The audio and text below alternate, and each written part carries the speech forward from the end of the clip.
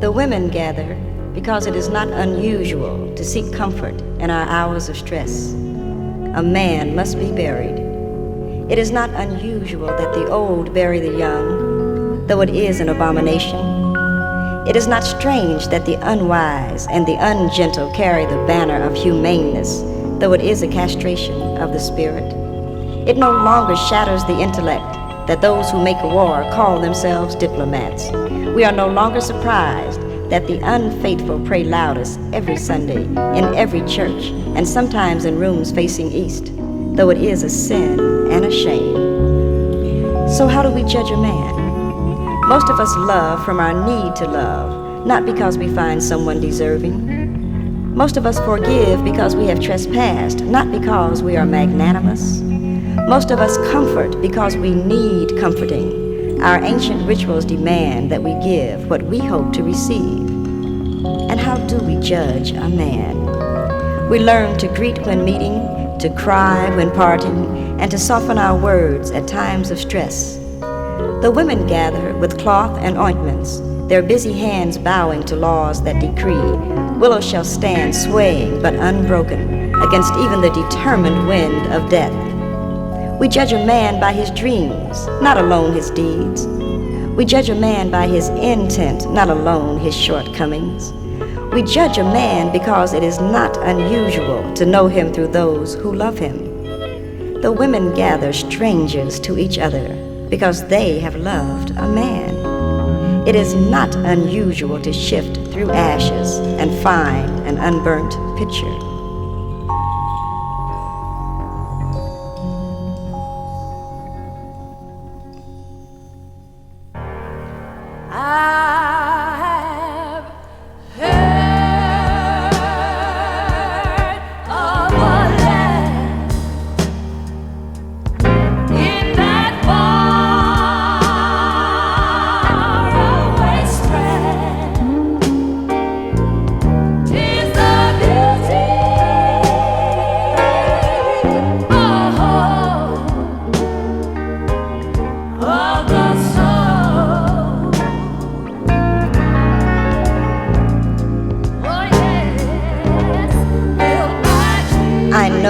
Upper arms will grow flabby.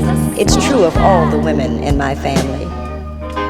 I know that the purple veins like dead fish in the Seine will dot my legs one day, and my hands will wither while my hair turns grayish white. I know that. One day my teeth will move when my lips smile, and a flutter of hair will appear below my nose. I hope my skin doesn't change to those blotchy colors. I want my menses to be undifficult. I'd very much prefer staying firm and slim, to grow old like a vintage wine fermenting in old wooden vats with style. I'd like to be exquisite, I think. I will look forward to grandchildren and my flowers, all my knickknacks in their places, and that quiet of the bombs not falling in Cambodia settling over my sagging breast. I hope my shoulder finds a head that needs nestling, and my feet find a footstool after a good soaking with Epsom salts. I hope I die warmed by the life that I try to live.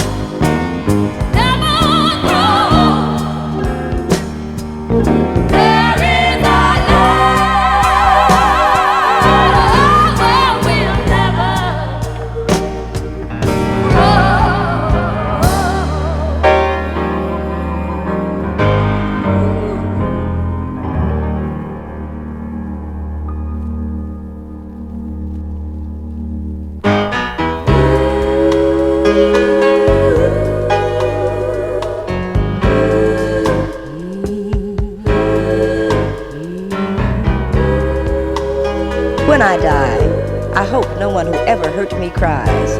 And if they cry, I hope their eyes fall out, and a million maggots that had made up their brains crawl from the empty holes and devour the flesh that covered the evil that passed itself off as a person that I probably tried to love. When I die, I hope every worker in the National Security Council, the Interpol, the FBI, CIA Foundation for the Development of Black Women gets an extra bonus and maybe takes one day off, and maybe even ask why they didn't work as hard for us as they did them. But it always seems to be that way. Please don't let them read Nikki Rosa. Maybe just let some black woman who called herself my friend go around and collect each and every book. And let some black man who said it was negative of me to want him to be a man collect every picture and poster. And let them burn those as they did me while I tried to live. And as soon as I die, I hope everyone who loved me learns the meaning of my death, which is a simple lesson. Don't do what you do very well, and enjoy it. It scares white folk and makes the black ones truly mad. But I do hope someone tells my son his mother liked little old ladies with their blue dresses and hats and gloves, that sitting by the window to watch dawn come up is valid, that smiling at an old man and petting a dog don't detract from manhood. Do somebody please tell him I knew all along that what would be is what will be, but I wanted to be a new person, and my rebirth was stifled, not by the master, but the slave. And if ever I touched a life, I hope that life knows that I know that touching was and still is and will always be the true revolution.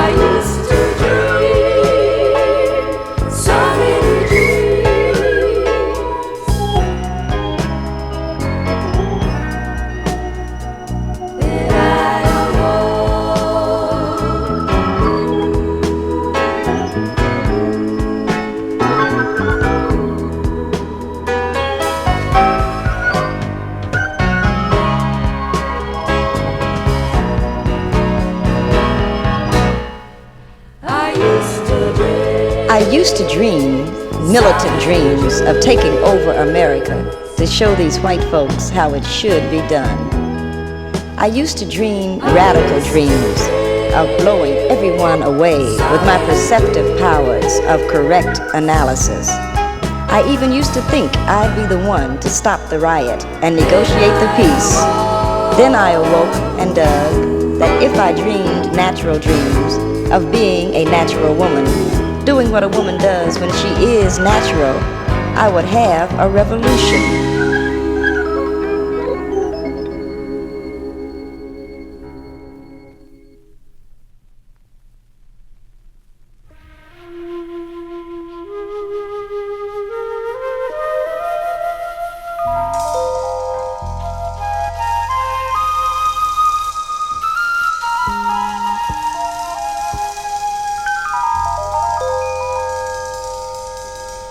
Once a snowflake fell on my brow, and I loved it so much, and I kissed it, and it was happy, and it called its cousins and brothers, and a web of snow engulfed me then.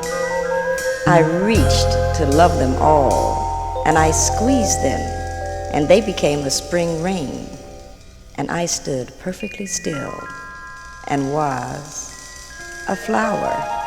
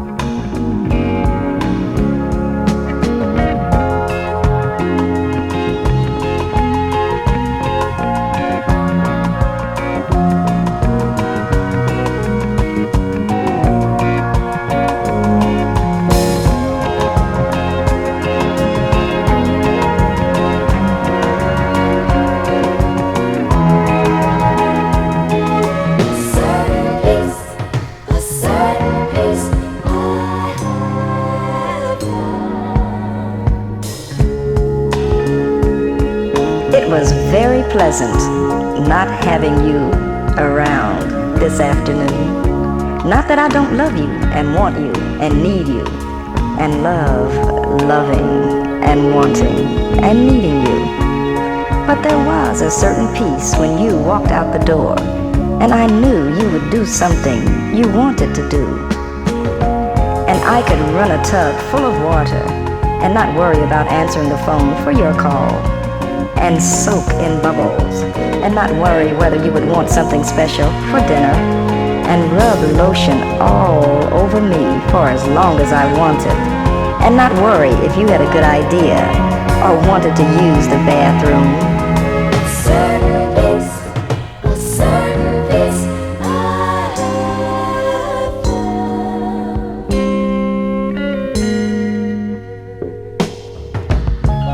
And there was a certain excitement when after midnight you came home and we had coffee, and I had a day of mine that made me as happy as yours did you.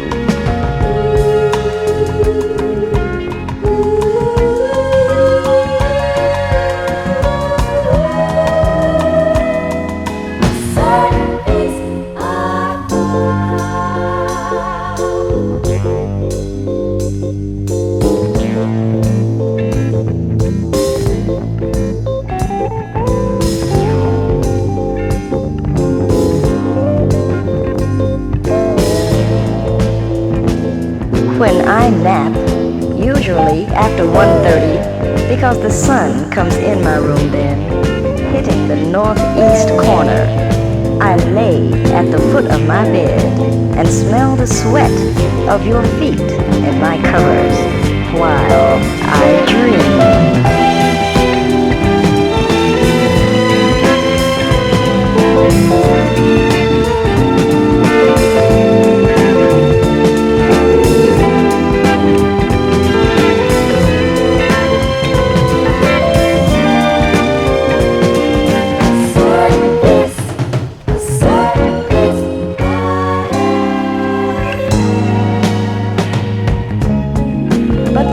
A certain peace when you walked out the door, and I had a day of mine that made me as happy as yours did you.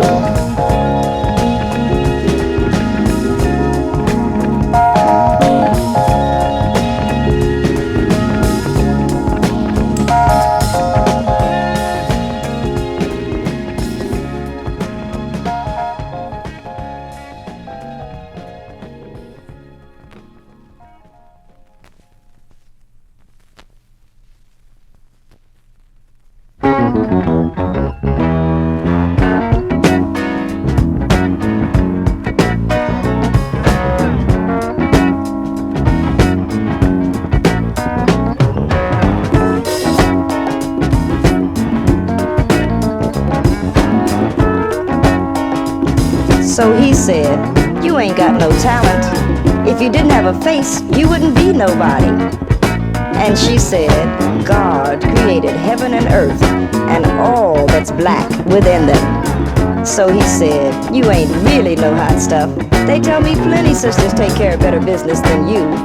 And she said, "On the third day he made chitterlings and all good things to eat, and said, 'That's good.'"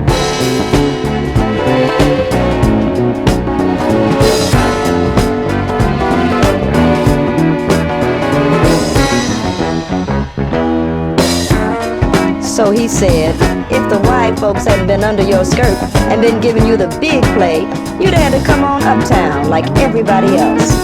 And she replied, "Then he took a big, black, greasy rib from Adam and said, 'We will call this woman, and her name will be Sapphire, and she will divide into 4 parts that Simone may sing a song.'" And he said, "You pretty full of yourself, ain't you?" So she replied, "Show me someone not full of herself, and I'll show you an empty person."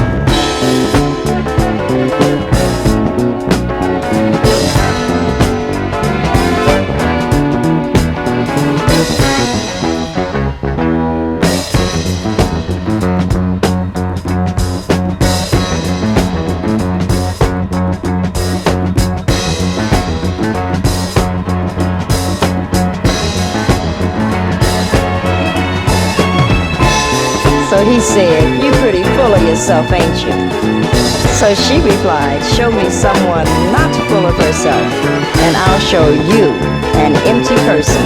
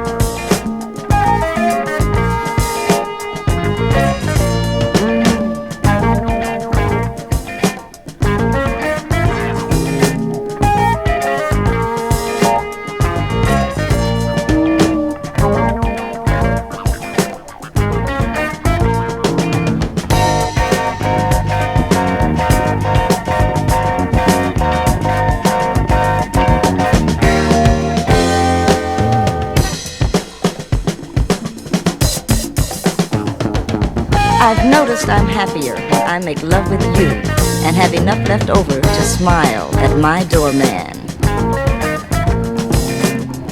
I've realized I'm fulfilled like a big fat cow who is just picked for carnation contentment when you kiss your special place right behind my knee. I'm as glad as mortar on a brick that knows another brick is coming when you walk through my door. Most times when you're around, I feel like a note Roberta Flack is going to sing. In my mind, you're a clock, and I'm the second hand sweeping around you 60 times an hour, 24 hours a day, 365 days a year, and an extra day in leap year, 'cause that's the way, that's the way, that's the way I feel about you.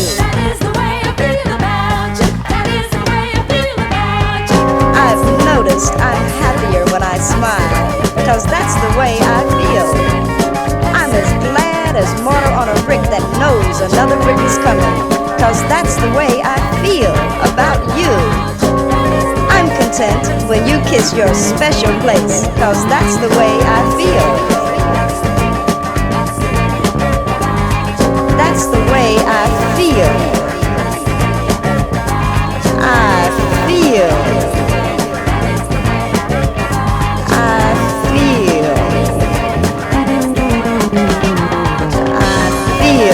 About you.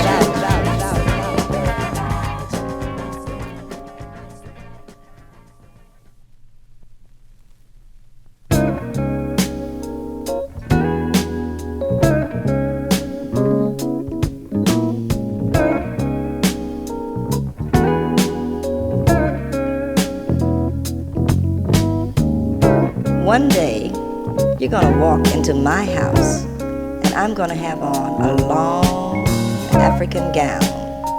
You'll sit down and say, "The black," and I'm gonna take one arm out.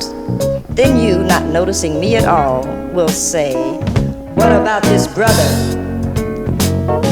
And I'm gonna be slipping it over my head. And you'll rap on about the revolution while I rest your hand against my stomach. You'll go on as you always do, saying, "I just can't dig," while I'm moving your hand up and down, and I'll be taking your dashiki off. Then you'll say, "What we really need," and I'll be licking your arm. And the way I see it, we ought to unbuckling your pants. And what about this situation and taking your shorts off? Then you'll notice your state of undress. And knowing you, you'll just say, "Nikki, Isn't this counter-revolutionary?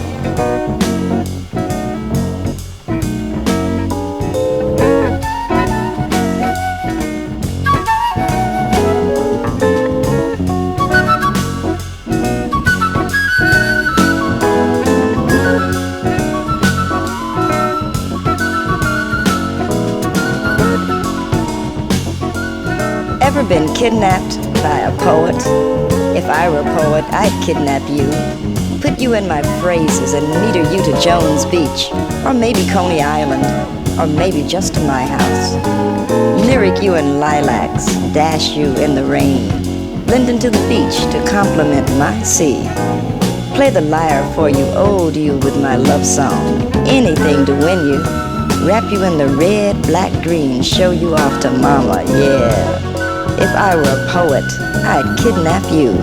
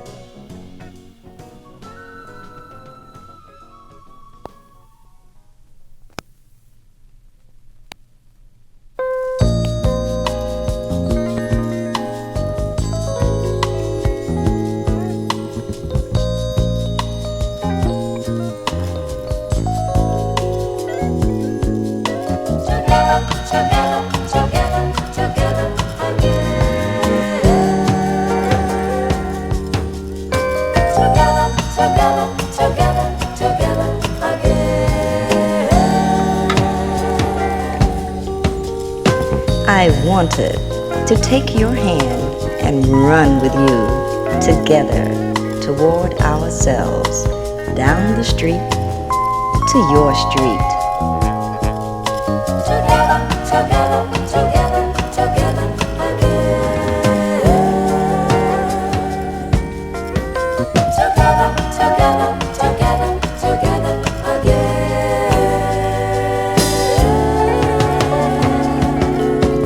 I wanted to laugh aloud and skip the notes past the marquee advertising women in love, past the record shop with the spirit in the dark, past the smoke shop, past the park and no parking today signs, past the people watching me and my blue velvet. And I don't remember what you wore, but only that I didn't want anything to be wearing you. I wanted to give myself to the cyclone that is your arms and let you in the eye of my hurricane.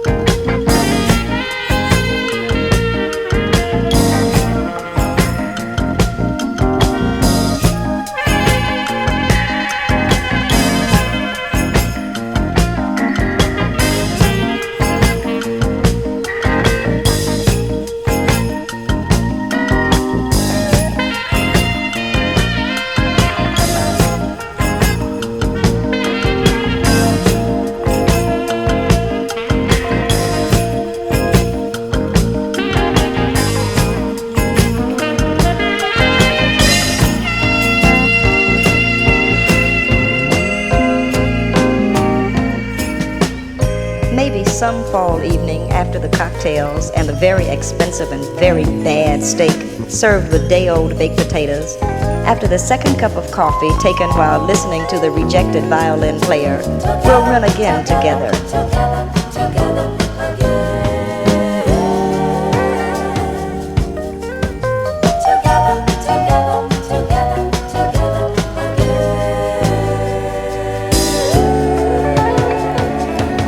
And some fall evening, when the taxis have passed you by, and that light sort of rain that occasionally falls in New York begins, you'll take a thought and laugh aloud, the notes carrying all the way over to me, and we'll run again together toward each other.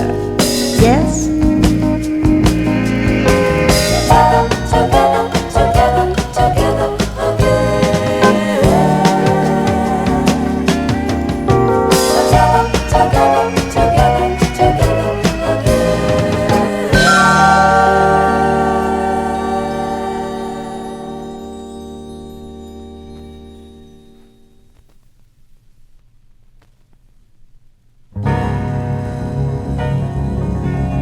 Those things which you so laughingly call hands are, in fact, two brown butterflies fluttering across the pleasure they give my body.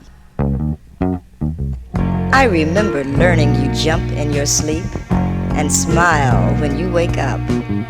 At first you cuddle, then one arm across my stomach, then one leg touching my leg, then you turn your back, but you smile when you wake up. I was surprised to know you don't care if your amp burns all night, and that you could play Oh Me Oh My over and over again just because you remembered. I discovered you don't like hair in your bathroom sink and never step your wet feet onto a clean rug. You will answer your phone, but you don't talk too long, and you do rub my toes and make faces while you talk, and your voice told her anyway that I was there. You can get up at 3 in the morning and make sandwiches and orange juice and tell jokes. You sometimes make incoherent sentences. You snore and you smile when you wake up. I know you cry when you're hurt and curse when you're angry and try when you don't feel like it and smile at me when you wake up. These things I learned through a simple single touch when fleshes clashed. I know you cry when you're hurt and curse when you're angry and try when you don't feel like it and smile at me when you wake up. These things I learned through a simple single touch when fleshes clashed.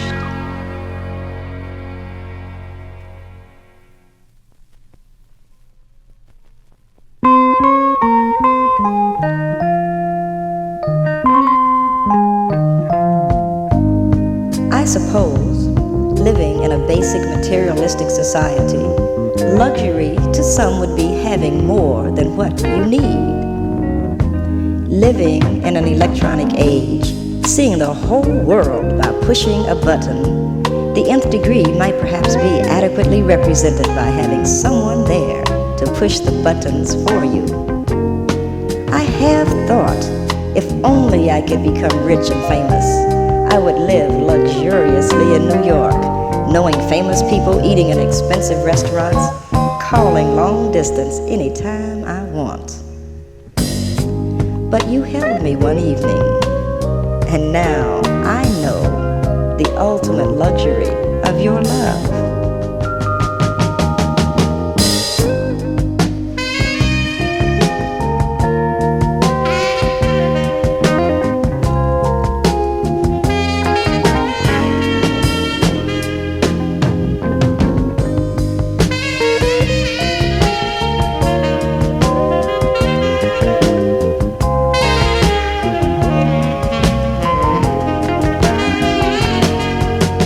Like a will-o'-the-wisp in the night on a honeysuckle breeze, a moment sticks us together. Like a dolphin being tickled on her stomach, my sea of love flip-flops all over my face. Like the wind blowing across the field of wheat, your smile whispers to my inner ear. With the relief of recognition, I bend to your eyes casually, raping me. Then you held me one evening, and now I know the ultimate luxury of your love.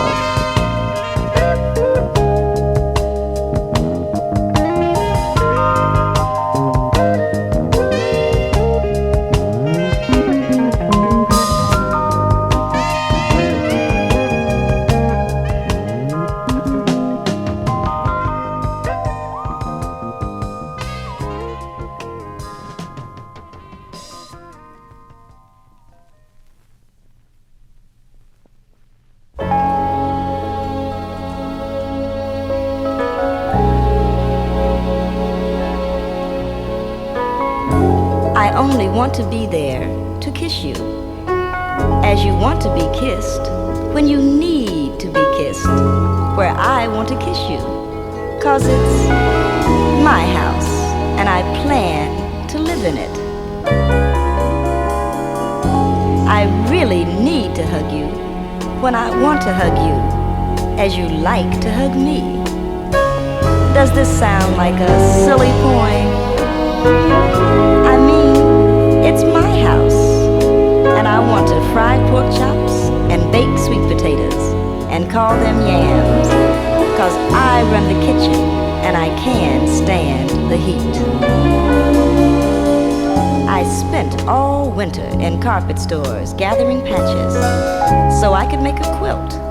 Does this really sound like a silly poem? I mean, I want to keep you warm. And my windows might be dirty, but it's my house. And if I can't see out sometimes, they can't see in either. English isn't a good language to express emotion through. Mostly, I imagine, because people try to speak English instead of trying to speak through it. I don't know, maybe this is a silly poem. I'm saying it's my house, and I'll make fudge and call it love and touch my lips to the chocolate warmth and smile at old men and call that revolution. 'Cause what's real is really real. And I still like men in tight pants, 'cause everybody has something to give, and more important, needs something to take. And this is my house, and you make me happy, so this is your poem.